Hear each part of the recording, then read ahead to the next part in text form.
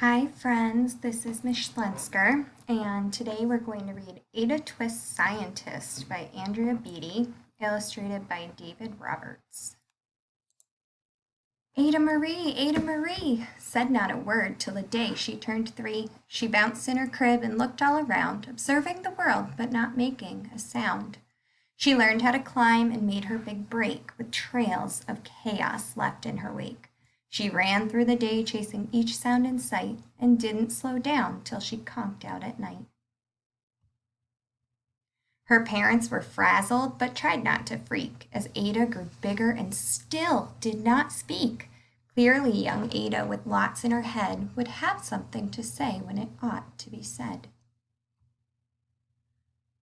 That's just what happened when Ada turned 3. She tore through the house on a fact-finding spree and climbed up the clock just as high as she could. Her parents yelled, "Stop!" as all good parents would.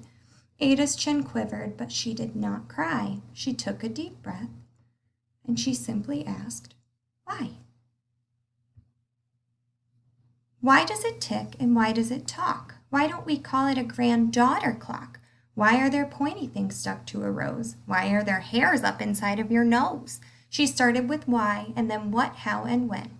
By bedtime, she came back to why once again. She drifted asleep as her dazed parents smiled at the curious thoughts of their curious child, who wanted to know what the world was about.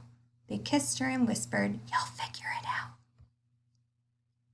Her parents kept up with their high-flying kid, whose questions and chaos both grew as she did. Even Miss Greer found her hands were quite full when young Ada's chaos wreaked havoc at school. But this much was clear about Miss Ada Twist. She had all the traits of a great scientist.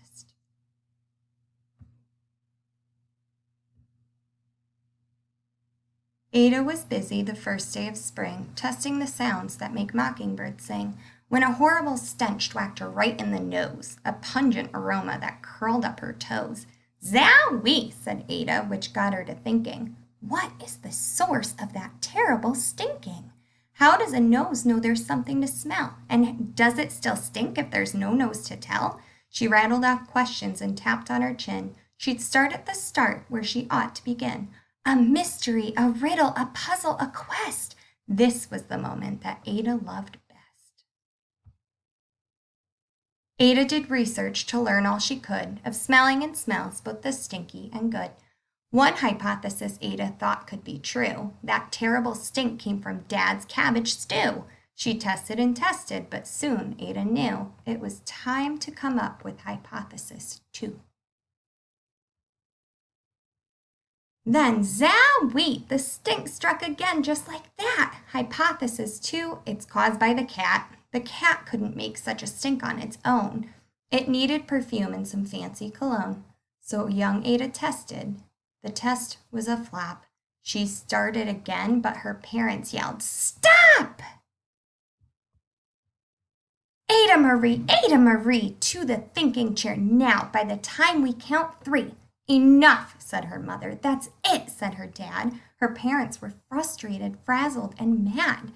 "Why?" Ada questioned. Her mother said, "No." "What?" Ada queried. Her father said, "Go. You've ruined our supper. You've made the cat stink. Enough with your questions. Now sit there and think." She looked at her parents. Her heart turned to goo. Poor Ada Twist didn't know what to do. She sat all alone by herself in the hall, and Ada once more could say nothing at all. And so Ada sat, and she sat, and she sat, and she thought about science and Stu and the cat, and how her experiments made such a big mess. Does it have to be so? Is that part of success? Are messes a problem? And while she was thinking, what was the source of that terrible stinking? Ada Marie did what scientists do. She asked a small question, and then she asked 2. And each of those led her to 3 questions more, and some of those questions resulted in 4.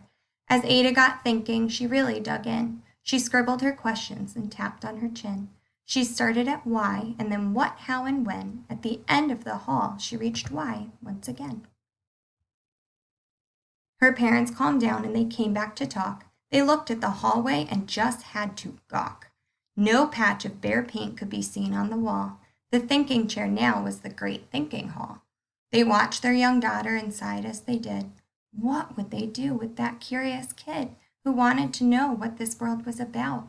They smiled and whispered, "We'll figure it out." And that's what they did, because that's what you do when your kid has a passion and heart that is true.